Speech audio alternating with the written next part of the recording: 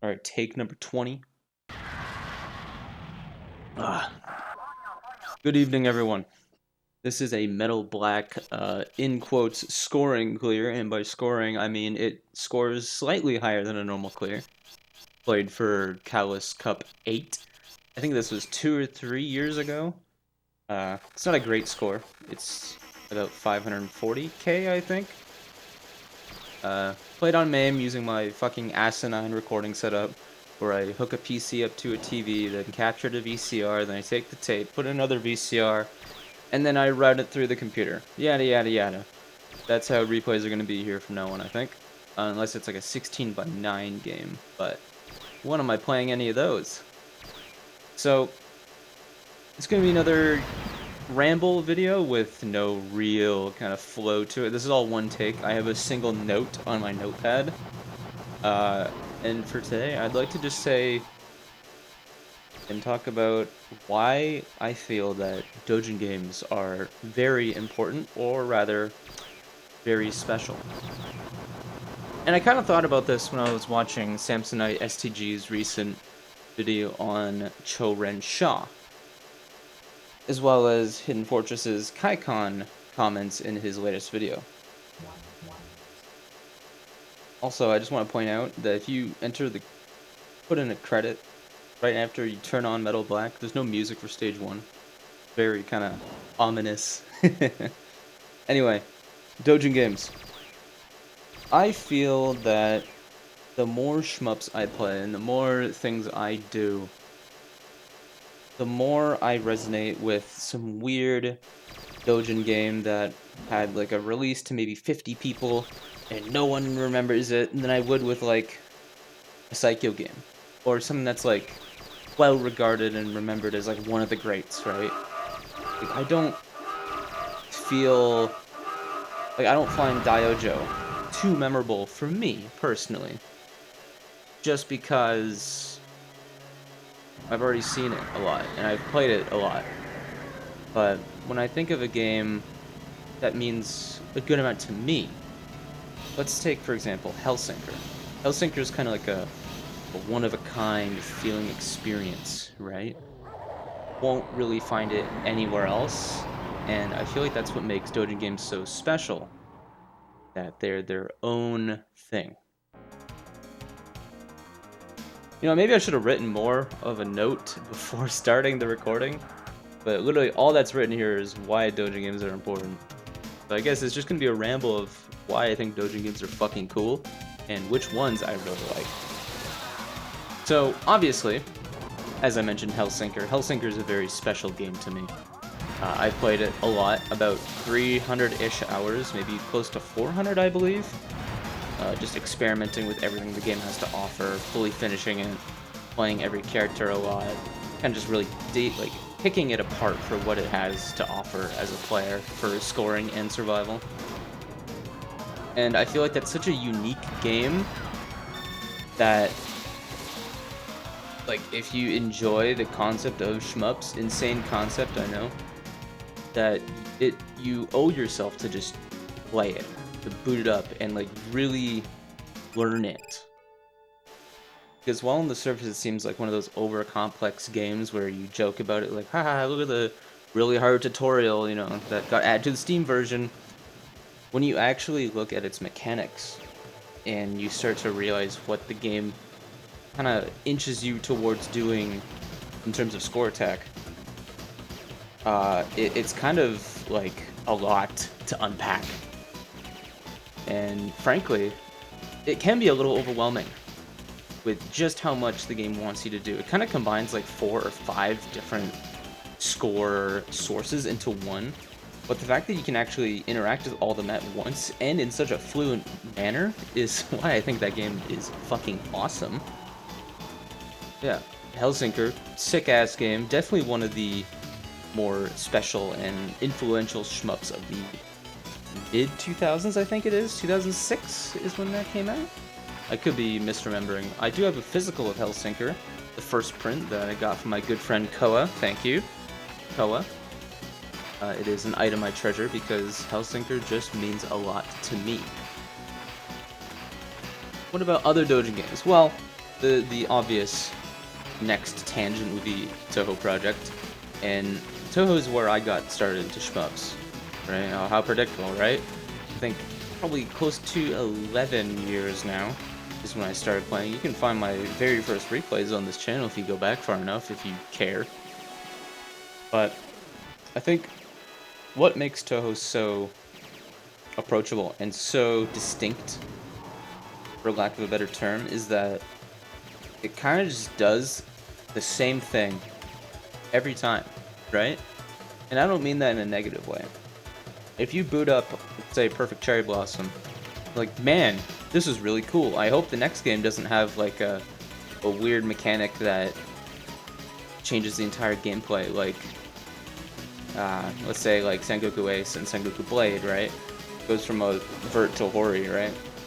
When you go into Touhou, what you see is typically what you're going to get for the entire franchise, which could be a negative and could be a positive. Depends entirely on how you view that sort of design. Personally, I think the core gameplay and especially movement of the Touhou games to be so rock solid that I don't care that it's the same thing every time, right? Like, yeah, the stages are different, the bosses are different spells, the music's different, there's a different mechanic, but like the core base of a Touhou game is always the same. And frankly, I really like that, because I know what I'm getting into it every single time I play one. Music side, I'm a sucker for Zun's work. I love almost all the tracks that he does, except for some of the newer ones. Consider me like a nostalgia baiter, but I think his best music is earlier on in his days, but some of his new tracks are pretty good. I dig the last boss in Wabok. That's about the only thing I liked about that game. But like USD, PCB, IN, Moth, SA, UFO, Fairy Wars, phenomenal soundtracks, and I would still say some of the best shmups in this genre. I'll say it. Hand over heart. I think those games are extraordinarily solid if you're looking for that sort of game. I would like to at some point do, now that I'm actually kind of getting into the YouTube shtick again, much to my dismay at times, I would like to do a sort of Touhou, what is it called, a retrospective, where you go through each game, you make like a 30-minute video, and be like, wow, this game's cool, here are the reasons why I think it's cool and why you should play it, or not, but you do you. And I would love to do that with the entire series, because I just love Touhou, man. I don't know what else to say. But how about some lesser known ones?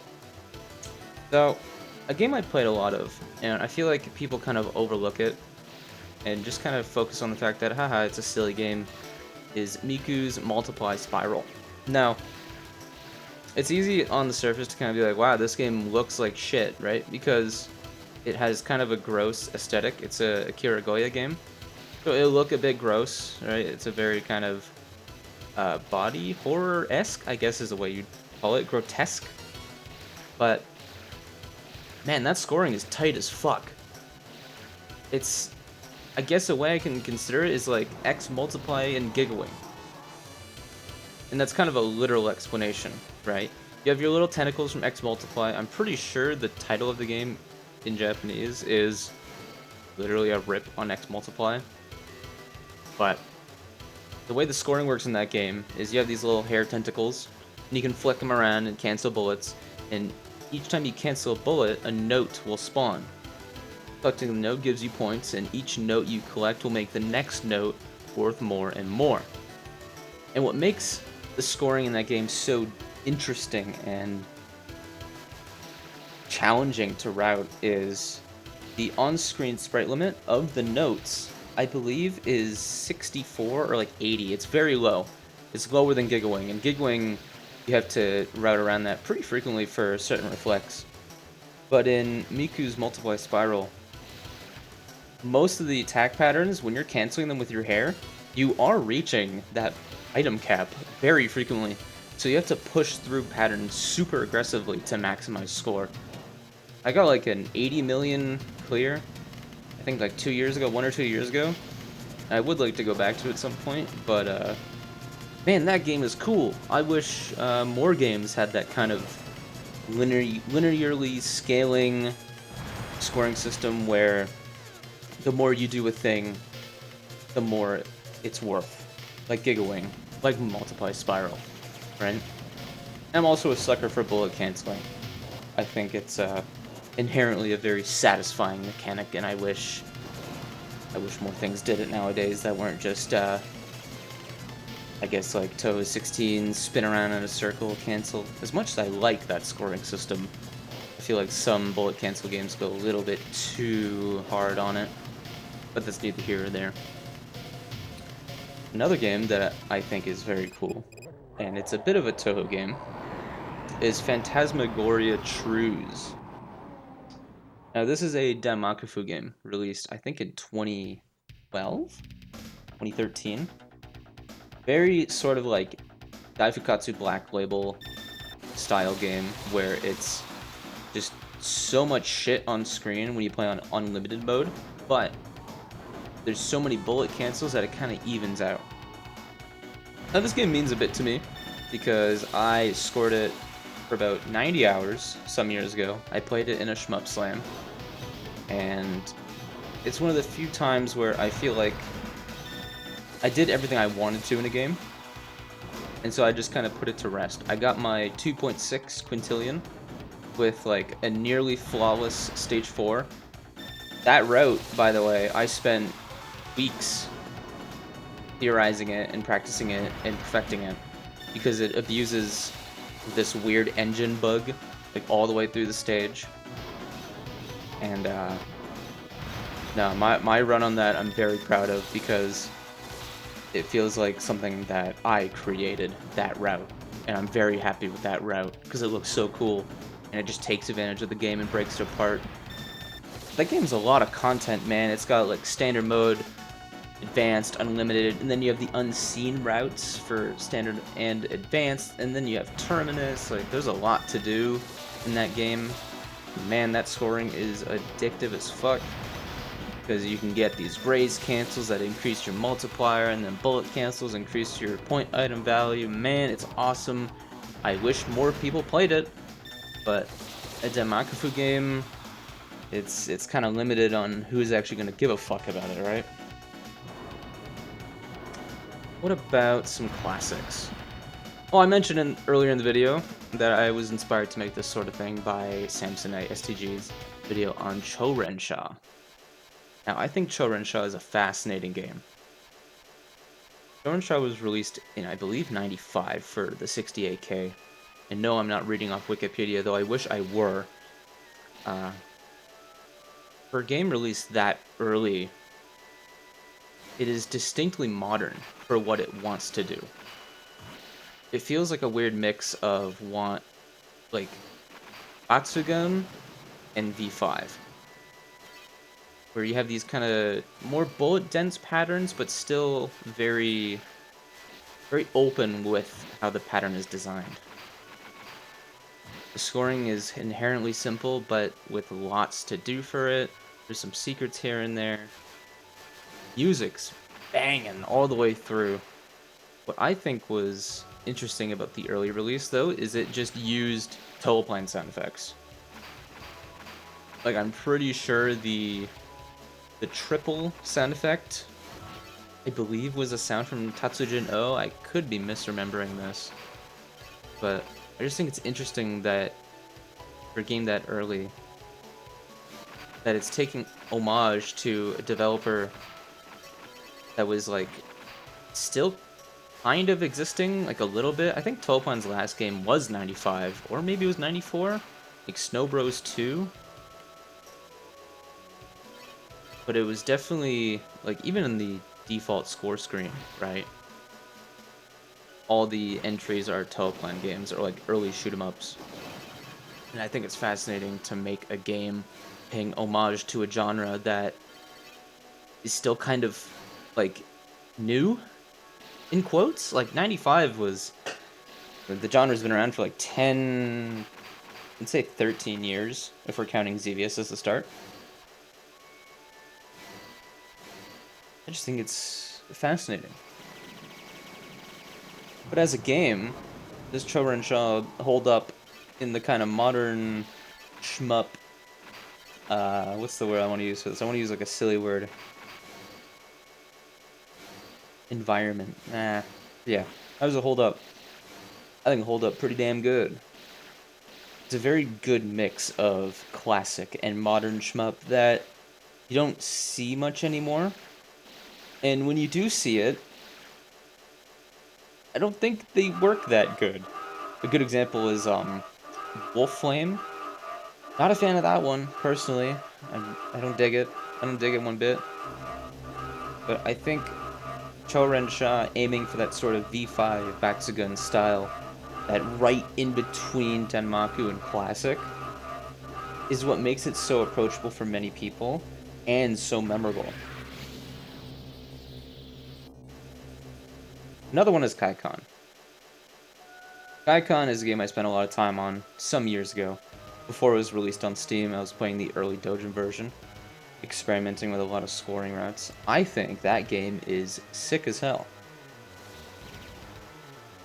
That kind of game loop of get your bomb with your medals all the way maxed out, and then bombing a bunch of bullets and enemies for the 50k medals, that just feels really cool. You could slap that system on anything, and it would just be great. Mikichi kind of crafted this, like, one-size-fits-all scoring system with Kaikon. And then I don't mean that in a negative way. It's a great game. And pretty bastardly stages, too. I know the last stage would always get me, those rotating lasers. Mostly because I was too lazy to learn it, even in my PB.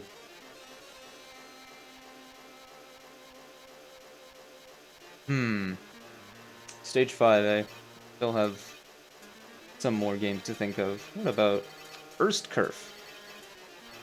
I don't think any of you guys might have heard of ASE-PRL. ASE-PRL is, I believe, 2008 dungeon crawler mouse and keyboard shmup, which, just think about that for a second. You aim with the mouse, and it's a free-roaming, pseudo weird 3D game, top-down dungeon crawler. You have like 20 weapons to choose from. You can have like a melee slash and like a triple shot. You have 2 ammos, and it even has like a competent scoring system where you need to rush through the game like pretty quickly while also timing good cancels. Because the slower you go, the lower score multiplier you have. But you want to stall things out so you can get a bunch of shit on screen so you can get big cancels. So it's a pretty cool balance, and you know what? That game is pretty tough. Pretty tough. It throws some nasty tricks at you. It's got some pretty gnarly patterns to dodge. I remember finding it very hard to track down a copy of ASE-PRL. I'm glad I did, because that's kind of like a one-of-a-kind game, right? Like games that don't have any equivalents, right? Like, a good example, just go back to Touhou, is Touhou 1, right? There's no game that's like Touhou 1. Or if there is a game that's like Touhou 1, it completely misses the point, right? Especially the modern ones. I think the only game that even comes relatively close to Touhou 1's style is Gunbarich. But Gunbarich is more of a pinball breakout game, but it's the closest thing to Touhou 1. That's kind of what I mean. A game that has no, like, real equivalents. And ASE-PRL is one of those. Because I've never seen a game like ASE-PRL, and I don't think I will ever see another game like ASE-PRL. If the idea of, like, a mouse and keyboard, aiming, shmup dungeon crawler sounds fun, give that a try. Holy hell, is it cool. Another game that I really dig, Dispree Gauntlet. I played the dog shit out of that one. That's one of my favorites of all time. Yeah, in the whole genre, I think it is. Dispree Gauntlet's like a perfect game where it's just... shit, how do I describe it? You're given a few mechanics, and those mechanics can be used in any situation in the game. Similar to Kaikon. Kaikon gives you medals and your bomb, and it's up to you to use them in the best way that you can. Esprit Gauntlet kind of combines Bangayo, Gigawing, kind of Gigawing-ish, and Cybarrier into one. And you use your Bangayo EX attack to just chain a bunch of enemies, get a big-ass fucking multiplier, and when you get that multiplier, you're getting Cybarrier level up, so you're invincible, so you push through the enemy waves as you're getting level up after level up, keeping your multiplier going. Man, that game's fucking cool.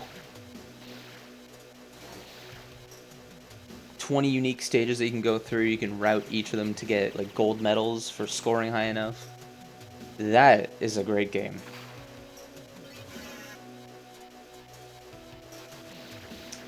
But I think as a whole, I think dojin games are important because they don't have the sort of limitations, and I use this word loosely, that arcade releases would have, right? You're not focusing on player retention when you make a dojin shmup, right? You're not focusing on, oh, the operators going to be pissed, right? Because we made the game too easy. A Gradius 2 moment, and I think Truxton, they were pissed off about that, right? With the dojin game, you can let your imagination run wild, and you see that time and time again with some of the really strange releases that end up having really cool scoring systems, like Neiyu Kanoid, Buchigun, Gangan Extend. Like, these games would not exist in an arcade scenario, in an arcade format, because that medium does not allow it to exist. Because those games, not only is their difficulty low, let's just say, right? Let's just say it's a bit low. Exception of Gangan, that thing's kind of fucking hard, right? They're quite derivative. They're derivative of other games that have existed. Neiyu Kanoid is just Arkanoid with like a bit of a shmup in it, right? Buchigun is Raiden Fighters 2 meddling, or Raiden Fighters 2 grazing with Garega meddling and DDP chaining, right? Gangan Extend is like Gigawing. Right? These games can't really exist in an arcade scenario because of their derivative. It's a shame to say, but that's how it is. But I think dojin games just going all in on that derivativeness and making something that takes other aspects of other games to make something special is why I like them so much. I have the most fond memories in this genre playing a weird dojin game that mix and matches a bunch of weird fucking mechanics from other games than I do playing one of the classic arcade releases. Not to rag on Saikyo, but that Sengoku Ace 2 all uploaded, I'll be honest, I hate that game. I don't really dig it. I don't dig it one bit, right? I'm not saying it's bad, but I don't have fun with it. But I could boot up a random dojin game that uses a tried and true format, such as, what was it called? Magical Zone. This was one of them. Magical Zone. Magical Zone was like, oh, great death, by the way. This is where I fuck up the run like a lot, and I just start losing points like a dipshit. Magical Zone was like a weird dojin, kind of Fantasy Zone-like game. I like Fantasy Zone, I really like it. And what happens when you just make that, but different? I'm in, I'm sold. And that's why I think dojin games are so cool. Because it takes stuff that is already known to work, and remixes it, rearranges it, changes it in ways that kind of opens the door for other things to be done to it, right?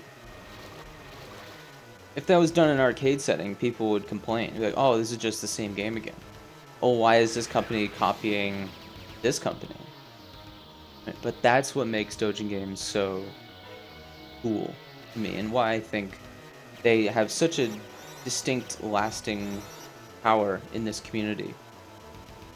Because that bastion of creativity that used to exist.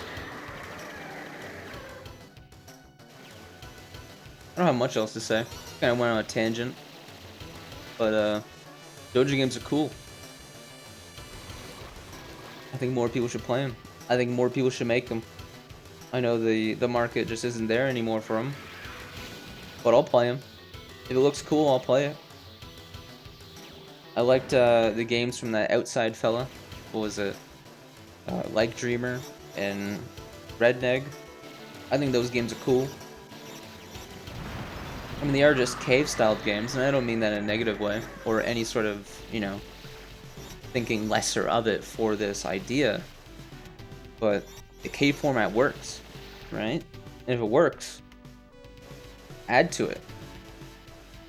And that's kind of what I've been getting at this whole, I'm going to call it an episode, it's not, but that's what I've been getting at this whole point, right?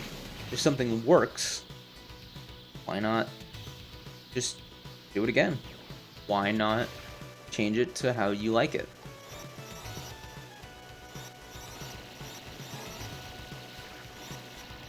I guess as we get close to the end of the credit, yeah,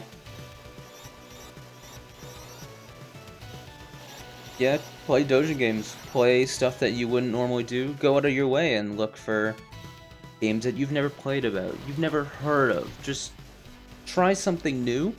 Go to like a random Doujin Shmup list. Scroll through. Think, man, this game looks neat. Try it, like, what's it called? ASE-PRL? That's a cool game. That kind of takes the swingy enemy thing from Triggerheart, right? That's a cool game. I just thought of that on top of my head. I've seen my friend Mishi play it. I think that's a great game.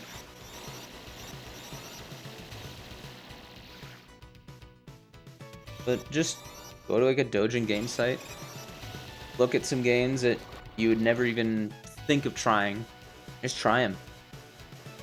Play them to clear them. Play them to get score. Play them to just enjoy the sights and sounds that they bring. And enjoy them for what they're trying to do on top of the formats that they may be deriving from. And I feel like if you do that, you'll enjoy things a lot more. Not to say that people aren't enjoying things, but I see a lot of people sometimes kind of beating themselves up and hating the things that they're playing, and I never understood that. I never understood why you'd hate something that you're playing, or why play something that you hate, right? I know the term is a little bit joked, but I think having a little bit of whimsy in your life is quite nice. I think now it's the end of the credit, right? Yeah. And that was Metal Black. Milked the last boss for a little bit. It was very terrible. This one was kind of, you know, I don't want to talk about it. But yeah, just to conclude, as I let the credits roll, pick out a Doujin game that you've never heard of, or never thought that you'd play. Boot it up for like an afternoon, and just play it. Play it to clear it. Play it to get a good score, or what you feel like would be a good score. And just enjoy what the developer wanted to show to the world. And with that, I thank everyone for watching. If you want this to be like a kind of normal series where I talk over a replay, ignore the replay completely, and just ramble for 30 minutes, let me know. I appreciate everyone supporting me, and maybe this YouTube thing will work out after all. What do you guys think? Have a good night, everyone.